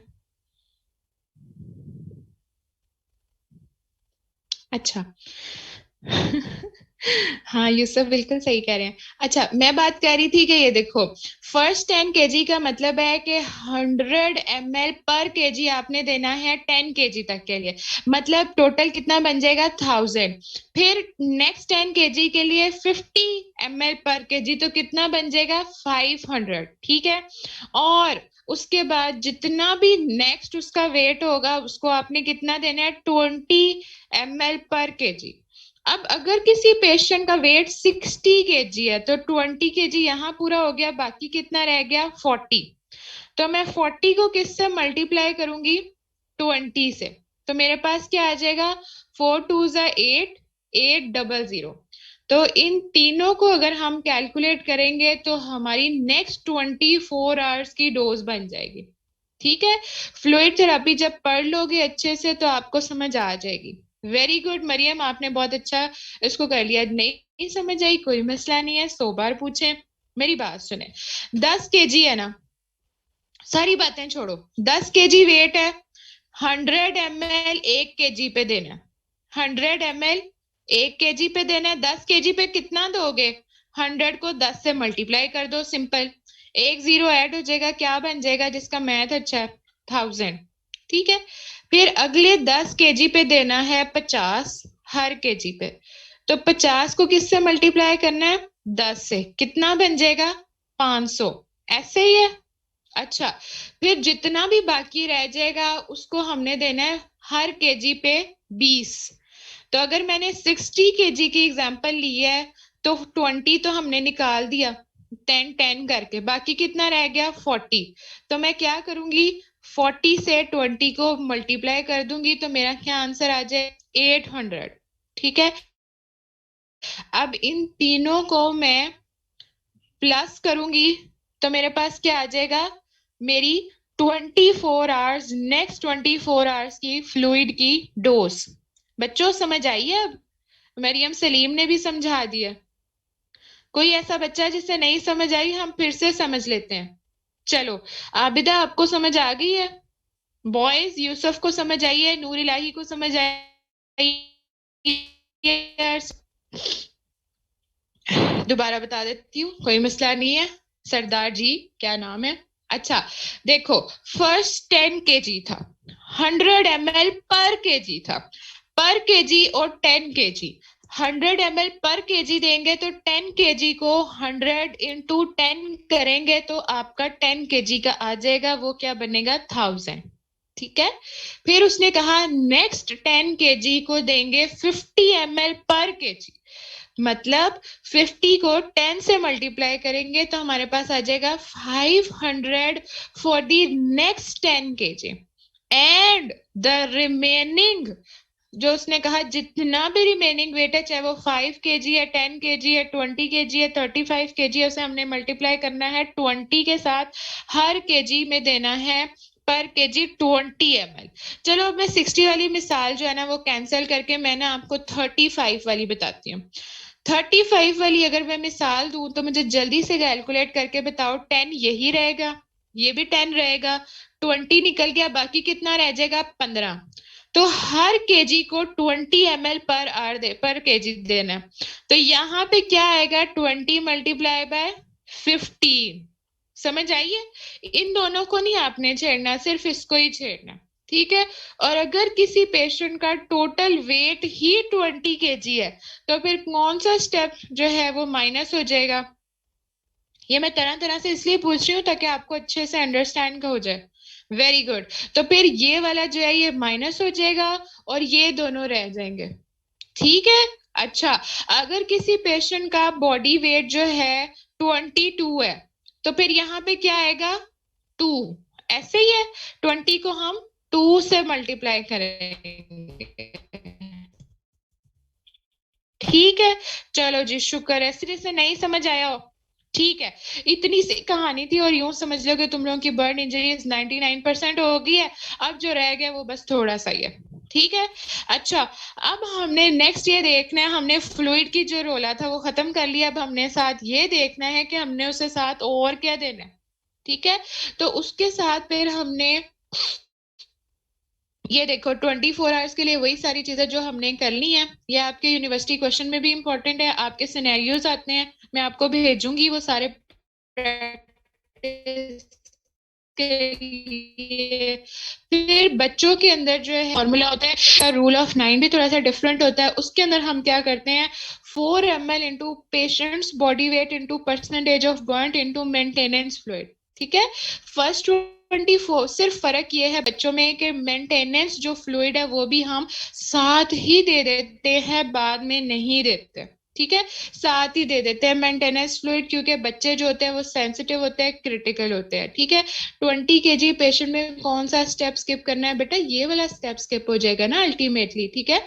20 kg में यहाँ ही 20 पूरा हो रहा है, तो वो मैंने एग्जांपल दी थी आपको समझाने के लिए, ठीक है। ये देखो, above 20 kg every kilogram add करना है इसके अंदर, ये लिखा भी हुआ है, ठीक है। अच्छा, फिर उसके बाद अब कौन सा फ्लूइड हम देते हैं पेशेंट की रिसैसिटेशन के अंदर हेल्प के लिए भी?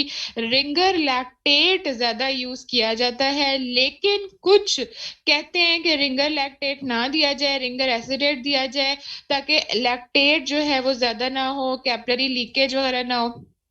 लेकिन जो आम प्रैक्टिसेस है उसके अंदर रिंगर एसिटेट नहीं, रिंगर लैक्टेट ही यूज किया जाता है, ठीक है। ये सिर्फ आपने चीज याद रखनी है कि कौन सा फ्लूइड यूज होता है, ठीक है। फिर उसके अलावा कोलॉइड्स इसमें नहीं देने होते। Capillary leak most burn advise not to use the colloids, क्योंकि अगर कैपिलरी लीकेज हो जाए, डीमा हो जाए, तो पेशेंट की कंडीशन क्या कर सकती है, वर्सन कर सकती है। इसलिए फर्स्ट 24 आवर्स के अंदर कोशिश की जाती है कि पेशेंट को रिंगर और दूसरे फ्लूइड्स लगाए जाएं, उसका बीपी वगैरह मॉनिटर किया जाए, सारा कुछ, कोलॉइड्स ना यूज किए जाए, ठीक है। जिसे नहीं समझ आ रही उसने आज कोलॉइड्स का जो है ना मैकेनिज्म ऑफ एक्शन पढ़ना है, उसे समझ आ जाएगी, ठीक है।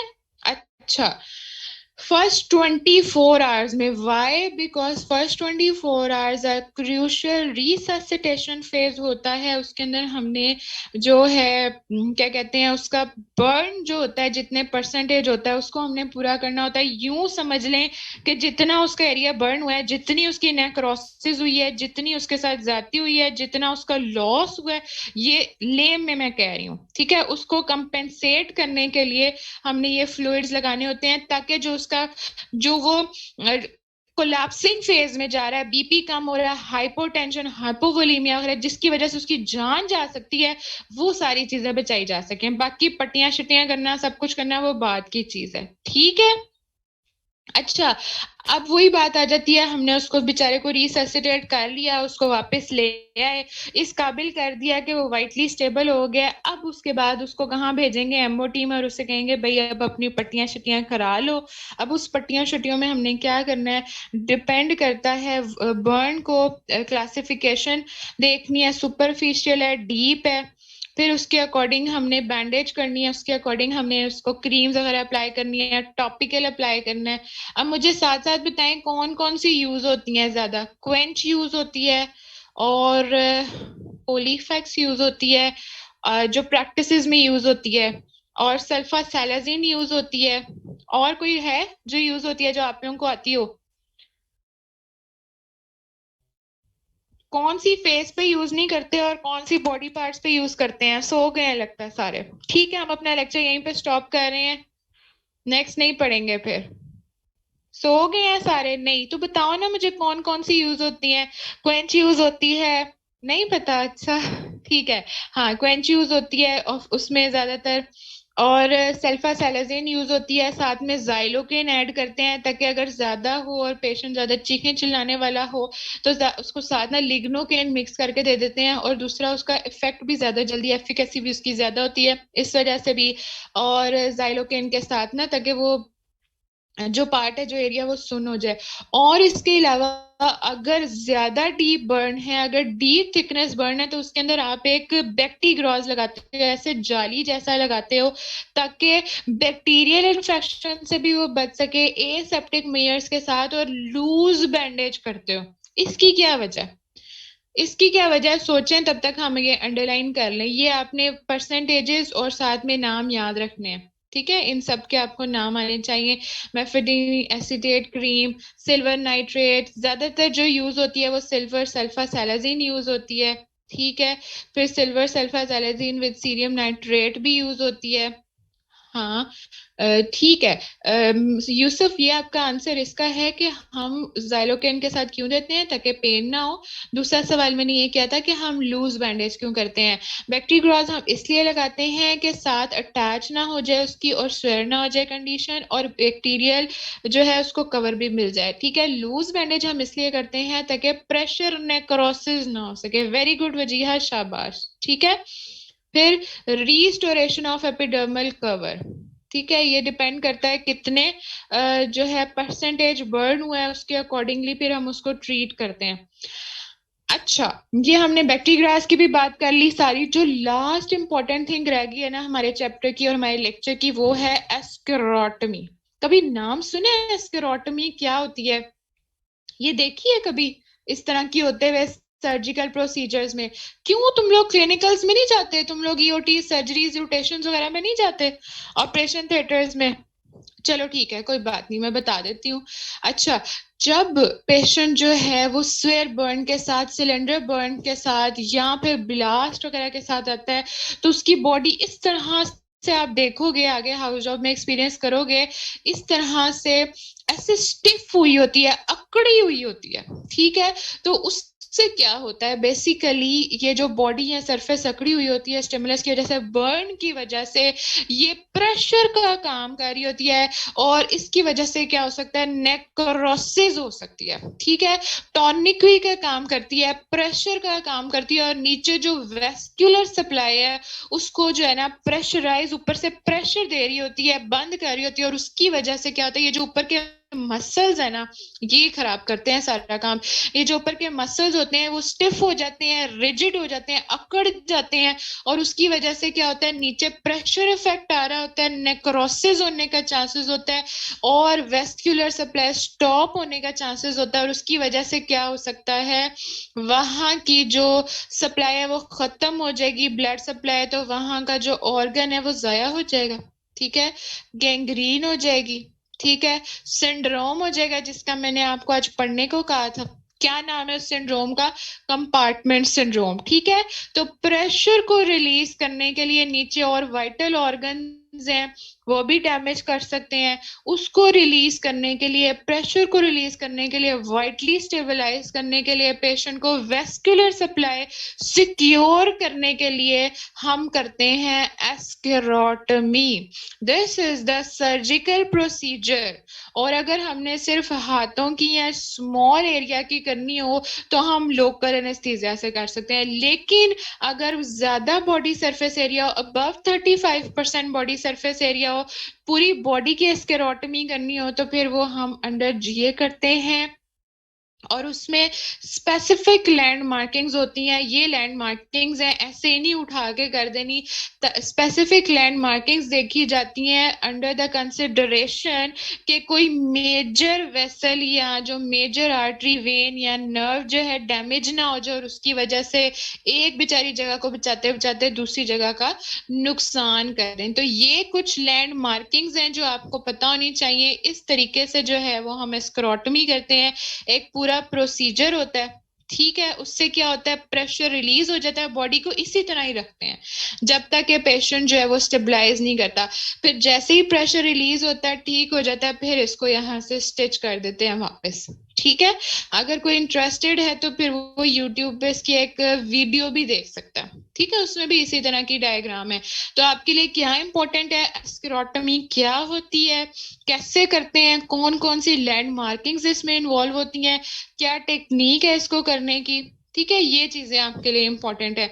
देखो, हैंड की उसमें डिटेल में नहीं थी, हैंड की आप इस तरह से करते हो। ठीक है, इस तरह से करते हो, यहाँ यहाँ जहां जहां जो मेजर वेसल्स या आर्टरीज नहीं आती ना, उस तरह की लैंड मार्किंग्स आपने करनी है, प्रोटेक्ट करनी है।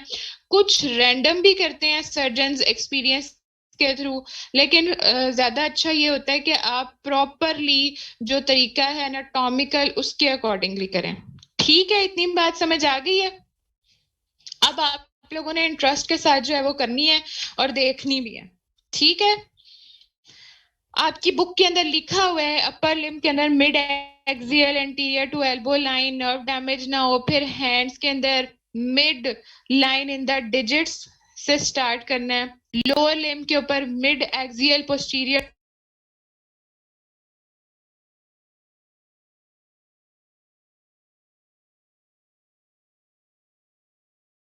टू द टेस्ट के अंदर भी लिखा हुआ है डाउन से लेकर आना है। और मुझे एक सवाल का, कॉमन सेंस का सवाल है, जवाब देके हमने ये साइडों से क्यों इसको जो है वो एस्केरोटमी उसकी की है और इनसीएन की है, यहाँ दरमियान से क्यों नहीं की? और अगर बहुत ज्यादा स्वेयर केसेस हो ना, तब भी दरमियान से नहीं करते, तब भी हम इस तरह से करते हैं। क्यों? क्योंकि बेटा यहाँ पे वाइटल ऑर्गन्स हैं, हार्ट है, लंग्स हैं, लिवर हैं, तो हमने उसके साइड साइड मसल्स को जो है, जो रिजिड हुए हैं, स्टिफ हुए हैं, उन्हें करना है। अगर हम यहाँ दरमियान से करेंगे तो बहुत चांसेस हैं कि कोई भी वाइटल सप्लाई, कोई भी मेजर वेसल जो है वो डैमेज हो जाए। ठीक है, अगर कोई बच्चा आपसे पूछे या कोई टीचर आपसे पूछे एस्क्लेरोटमी क्या होती है, तो उसे डेफिनेशन बता दोगे? ऐसी सर्जिकल प्रोसीजर जिसके अंदर हम क्या करते हैं, प्रेशर डेवलप हो जाता है बर्न इंजरीज के अंदर, उस प्रेशर को कम करने के लिए, टॉनिक की इफेक्ट को कम करने के लिए, और मेजर वेसल सप्लाई को जो है बचाने के लिए, नेक्रोसिस से बचने के लिए करते हैं। और तब करते हैं जब बॉडी बहुत ज्यादा रिजिड, बहुत ज्यादा स्टिफ हो जाती है, एस्कार फॉर्मेशन हो जाती है, उसे हम कहते हैं एस्कार फॉर्मेशन। ठीक है, उसको हम रिलीज करने के लिए, उसको हम जो है वो क्या कहते हैं, क्योर करने के लिए या ठीक करने के लिए हम क्या करते हैं, प्रोसीजर जिसे हम कहते हैं एस्क्लेरोटमी। ठीक है, इतनी बात समझ आ गई अब एस्क्लेरोटमी की? चलो जी, अगर हम लिम्स की करेंगे तो लिम्ब स्क्लेरोटमी होगी, अगर हम थोरेक्स की करेंगे तो थोरेसिक स्क्लेरोटमी होगी, और अगर हम पूरी बॉडी की करेंगे तो वो हमारे पास क्या होगी, लिम्स चेस्ट स्क्लेरोटमी। ठीक है, ये उसके कुछ नेम्स हैं जो यूज किए जाते हैं। अच्छा, अब इसके बाद हमने क्या पढ़ना है, थोड़ी सी चीजें रह गई हैं, भागना नहीं है। अच्छा, छोटी छोटी अब चीजें रह गई हैं डेफिनेशन के लिए। तो ये स्क्रोटमी का प्रोसीजर है, ये एस्कार फॉर्मेशन होती है, वो क्या होती है, उसकी डेफिनेशन जो डीप बर्न की वजह से होगी, नॉर्मल स्किन एस्कार फॉर्मेशन हो जाती है, एक्सपैंड नहीं कर पाती, स्टिफ हो जाती है, रिजिड हो जाती है। ठीक है, उसका प्रेशर रिलीज करने के लिए हम ये कह रहे थे, वेस्कुलर सप्लाई को मेंटेन करने के लिए। ठीक है, ये आगे उसकी जो है लैंडमार्क्स हैं, ये आपने याद रखनी है। ठीक है, ये मैंने आपको बताई भी है साथ साथ। ठीक हो गया। अच्छा, उसके बाद फिर क्या करना है, कॉन्ट्रैक्चर्स को रिलीज करना है, एनाल्जेसिक्स वगैरह देने हैं, ये सारे छोटे छोटे पॉइंट्स हैं। ठीक है, ये आप साथ साथ कर सकते हो। फिर स्मॉल और सुपरफिशियल बर्न्स के अंदर आपने क्या देना है जी, सिंपल आएगा, आके उसे हल्की सी पट्टी कर देनी है, उसे ज़ाइलोकेन के साथ सल्फर सैलाजीन लगा के उसे घर भेज देना, उसे कहना भाई इसे पट्टी शट्टी नहीं करनी, इसे बस जो है ना वो 2-4 दिन तक जो है, या 1 हफ्ते तक इसे जो है ऊपर क्रीम वगैरह लगाते रहना है, हल्का सा जो जख्म नहीं हो जाता थोड़ी सी जले की वजह से या इस तरह, तो उस सुपरफिशियल जो बर्न्स होते हैं। ठीक है, और अगर उसको बहुत ज्यादा पेन वगैरह हो रही है तो हम पैरासीटामोल और एनएसएड्स दे सकते हैं। ठीक है, लेकिन अगर लार्ज बर्न्स हैं तो साथ हमने रिससिटेशन वगैरह वो सारा फ्लूइड्स दे दिया, सब कर दिया, उसके साथ हमने पेन भी कंट्रोल करनी है। ठीक है, और पेन कंट्रोल हम कैसे करते हैं, यूजुअली हम मॉर्फिन देते हैं और आईवी देते हैं, आईवी का ज्यादा इफेक्ट होता है, और हमने आईवी लाइन सिक्योर की होती है तो हम आईवी के थ्रू देते हैं। ठीक है, डोज कितनी है इसकी वो भी आपने याद रखनी है, एमसीक्यू में आ सकती है। ठीक है, फिर साथ में न्यूट्रिशन और एनर्जी बैलेंस का भी ध्यान रखना है, according to the percentage of the burn involve. ठीक हो गया। अगर पेशेंट ओरल फीड नहीं ले सकता तो क्या करोगे, उसमें एनजी ट्यूब डालोगे। ठीक है, अच्छा, और उसके अलावा क्या करना है, इन्फेक्शन प्रोफाइलैक्सिस के लिए एंटीबायोटिक्स का कवर भी देना है साथ उसको, और जो हम उस साइड पे बैक्टीरियाग्रॉस वगैरह लगा रहे थे वो भी बैक्टीरियल कवर देता है साइड के ऊपर। ठीक है, और उसके बाद जो एडिशनल मेयर्स हैं उसमें क्या है जी, कि nursing care, physiotherapy, psychological support. Psychological support बहुत इंपॉर्टेंट रोल प्ले करती है in the treatment and recovery of patient. Patient को जो है वो मेडिसिन से कोई कर्ज नहीं है, पेशेंट को इस चीज से बिल्कुल कर्ज नहीं है कि आप उसकी दिन रात मेडिसिन चेंज कर रहे हो, नर्सिंग केयर कर रहे हो, अटेंडेंस कर रहे हैं, नहीं। गर्ज उसका इस चीज से कि उसके अंदर हिम्मत पैदा करनी है कि वो ठीक हो सकता है, और वो हिम्मत पैदा करेंगे तो समझे आप 50% ट्रीटमेंट कर चुके हैं। अगर आप 100% मेडिकल ट्रीटमेंट कर रहे हैं और साइकोलॉजिकल सपोर्ट आपकी 0% है, तो पेशेंट आपका दिन रात मेहनत करने के बाद भी कोलैप्स करेगा, बिकॉज उसके अंदर एक ऐसी चीज आ जाती है कि उसका चेहरा बुरी तरह से जल गया है, बॉडी जल गई है, अब वो रिकवर नहीं हो सकता, पता नहीं उसके साथ क्या होगा, कैसे वो लाइफ में, सोशल लाइफ में आगे जाएगा, ये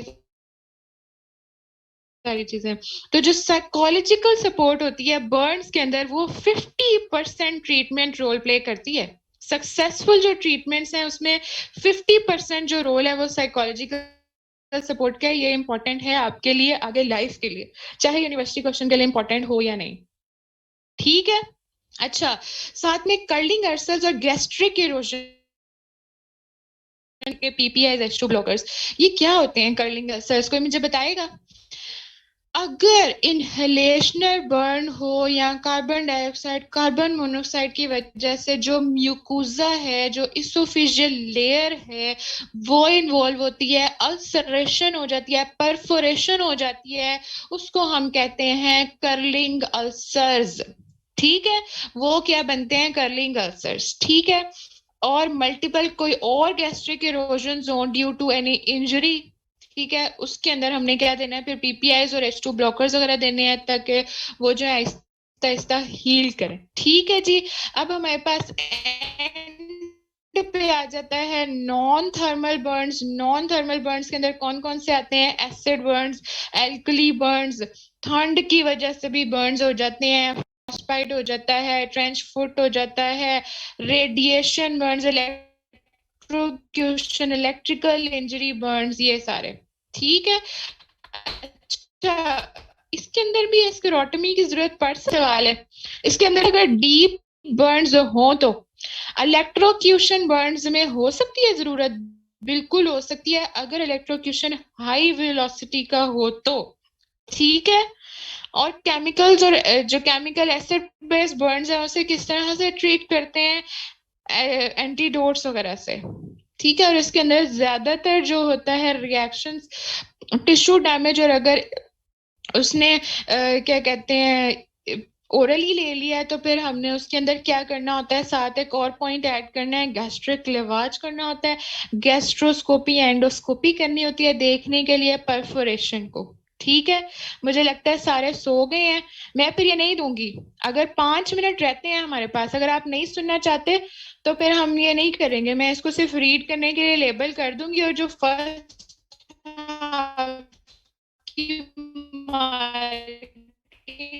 वो भी नहीं करेंगे। चलता है मुझे तुम लोगों का यार, क्या परेशान।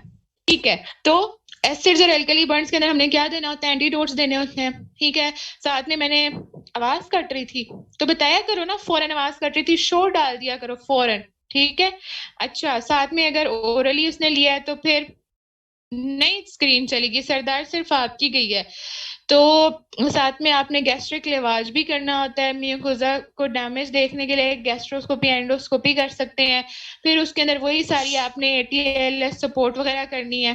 ठीक है। प्राइमरी सर्वे, सेकेंडरी सर्वे, वही चीजें जो आप दूसरे बर्न्स में कर रहे थे। फिर इलेक्ट्रिकल बर्न्स के अंदर 2 टाइप्स हैं, ये भी आपने फोरेंसिक में पढ़ी हुई है, इसलिए मैं आपको ज्यादा डिटेल में नहीं करवा रही। एक लो टेंशन, हाई टेंशन, दोनों के अंदर आपने डिग्री ऑफ बर्न देखना है, कंडीशन देखनी है, परसेंटेज बॉडी एरिया देखना है, उसके अकॉर्डिंगली आपने जो है वो पार्कलैंड फॉर्मूला के अकॉर्डिंग रिसैसिटेट करना है, फ्लूइड्स अटैच करने हैं। ठीक है। सिंड्रोम तो नहीं हो सकता, कोई एस्क्रोटमी की जरूरत तो नहीं पड़ सकती। ठीक है। एंट्री एग्जिट पॉइंट्स देखने हैं बर्न्स के। ठीक है। ये सारी चीजें देख के आपने उसे एज अकॉर्डिंगली ट्रीट करना है। ठीक है। और कोल्ड इंजरी बर्न्स में क्या है? कोल्ड इंजरी बर्न्स के अंदर भी फ्रॉस्ट बाइट इंजरीज होती हैं ज्यादातर, जो कोल्ड एक्सट्रीमिटीज जो उसकी वजह से होती हैं, उसके अंदर गैंग्रीनस फॉर्मेशन ज्यादा कॉमन होती है, उसको आपने देखना होता है। अच्छा, गैंग्रीनस फॉर्मेशन के अंदर आप क्या करोगे? अगर एक पेशेंट है, उसकी इस तरह से फिंगर्स हैं और उसकी हाफ फिंगर जो है वो गैंग्रीनस हो गई है फ्रॉस्टबाइट की वजह से, तो क्या उसको रिकवर किया जा सकता है? अगर उसको रिकवर नहीं किया जा सकता, जो उसका बाकी ऑर्गन है उससे किस तरह से बचाया जा सकता है? ये आखिरी सवाल का जवाब दे दो, मैं आपको छुट्टी दे दूंगी। हाँ, छुट्टी दे दूंगी पक्का, 3 पूरे बज गए। एम्प्यूटेट करेंगे और डिब्राइट करेंगे, जो डेड सेल्स हैं उससे डिब्राइट करेंगे ताकि वो ट्रेवल ना करें, और जो रिमेनिंग नॉर्मल हेल्दी स्किन है उससे जो है वो डिसइंफेक्ट ना करें और फर्दर ये ग्रो ना करें। ठीक है। चलें जी, ठीक हो गया। Thank you so much. अल्लाह हाफिज। दुआ में याद रखें, शाम का लेक्चर जरूर लेना है फ्लूइड थेरेपी का। ठीक है। और हाँ, और साथ में ना मैं आपको एक 2 यूनिवर्सिटी क्वेश्चंस हैं जो यूक्यूज हैं वो मैं आपको डिस्कस करवाऊंगी, ठीक है? बल्कि डिस्कस क्या, मैं आपको ना एक असाइनमेंट उसकी दे दूंगी, बने बनाए क्वेश्चंस हैं और उसके आंसर्स भी हैं, वो आप लोगों ने सारे के सारे याद करने हैं।